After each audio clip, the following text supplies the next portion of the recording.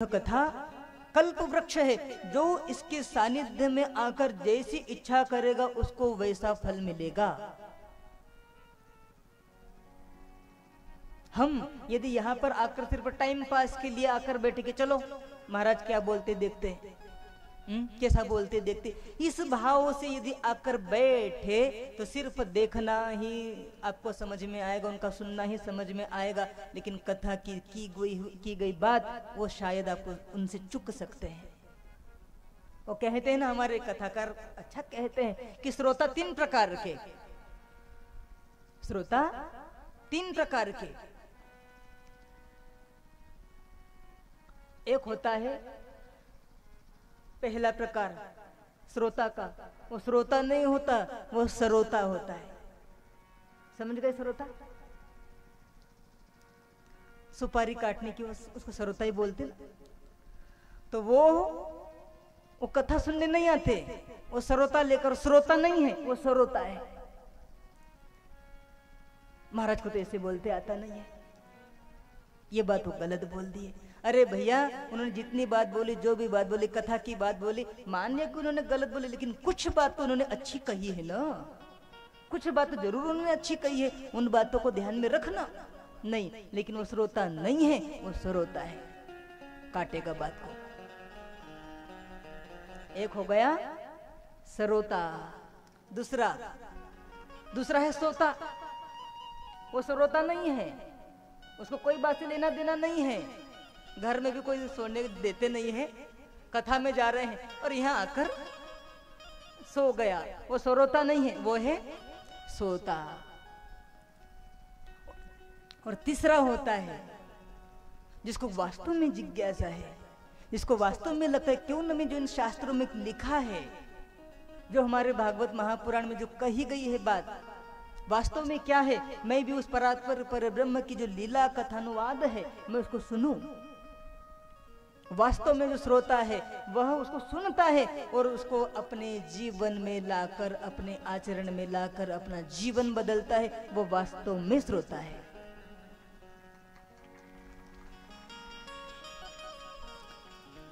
कथा में 5 बातें बड़ी महत्व रखती है। कथा में 5 बातें बड़ी महत्व रखती है। पहला स्थान, वह स्थान कैसा है? स्थान। दूसरी बात स्थान होगी, दूसरी बात गान।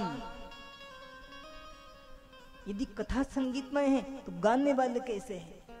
गान संगीत वाले हो गए, लेकिन हम भी उसको गुनगुनाएं कि नहीं? गाना भी चाहिए और गुनगुनाना भी चाहिए। गाने के लिए तो स्वर ताल सब संगीत का सारा साहित्य लगता है, लेकिन गुनगुनाने के लिए कुछ नहीं लगता। स्थान, गान और तीसरा है ज्ञान। हम कथा सुने तो अपने ज्ञान का भी हमको उपयोग करना चाहिए। स्थान, कान, ज्ञान के बाद कान, और सबसे अच्छी बात है ध्यान। ध्यान हमारा कथा में होना चाहिए, नहीं तो यहां से कही गई बात क्या है और कोई उधर जाकर क्या सुन रहा है, और वो सुन भी क्या रहा है, उधर जाकर तीसरे को अलग ही बात बता रहा है। कान ठिकाने पर रखकर सुनना। एक बार क्या हुआ, एक मार्केट में किराना का होलसेल व्यापारी, बड़ा व्यापार था उसका, उसने जब उसे पता चला कि भी आने वाले दिनों में घी का बहुत शॉर्टेज होने वाला है, तो उसने, उस भले आदमी ने बहुत सारा घी स्टोरेज कर लिया, इकट्ठा कर लो, जब इसका दाम बढ़ेगा तब अपन ये बेचेंगे। बहुत सारा उसने घी इकट्ठा कर लिया, और कहीं से किसी अधिकारी को पता चल गई तो उनके यहाँ छापा डालने वाले, उसको पता चल गया कैसे कि अपने यहाँ छापा डालने वाला है, सब घी पकड़ा जाएगा तो सब यूं ही चला जाएगा, अंदर हो जाएंगे।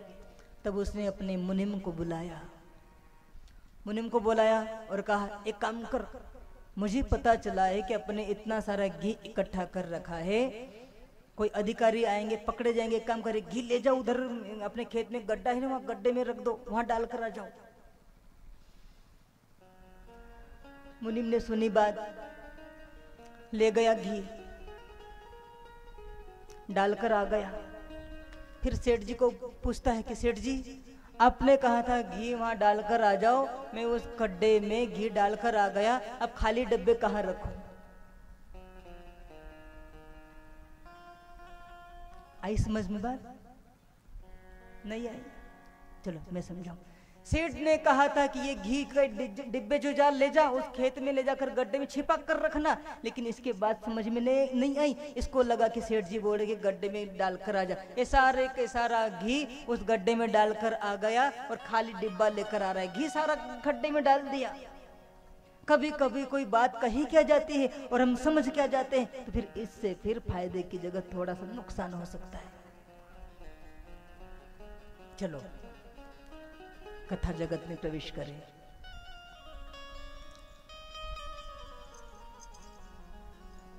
नैमिषारण्य में जहां 88,000 ऋषि जन बैठे हैं, उन ऋषियों में शौनक जी जब सूत जी को आते हुए देखा, 88,000 ऋषि बैठे हैं नैमिषारण्य में, और जब सूत जी को आते हुए देखा तब सब के सब ऋषि खड़े हो गए।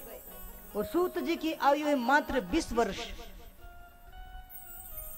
जब 20 वर्ष के सूत जी को आते हुए देखा तो सब के सब उठ खड़े हुए, और शौनक जी प्रधान श्रोता बनकर सूत जी से प्रार्थना करते हैं।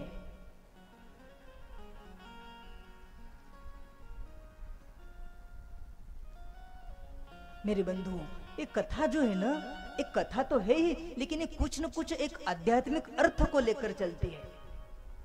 जैसे कथा की शुरुआत है नैमिषारण्य से। कथा तो ऐसी भी आती है कि एक बार सब ऋषि जन ब्रह्मा जी के पास गए और ब्रह्मा जी को प्रार्थना की कि हे भगवान, हमें कोई ऐसा स्थान बताओ जहां जाकर हम शांति पूर्वक वेदों का अध्ययन कर सके, तपस्या कर सके, साधना कर सके। तब ब्रह्मा जी ने एक चक्र दिया और चक्र को छोड़ा और सभी ऋषियों को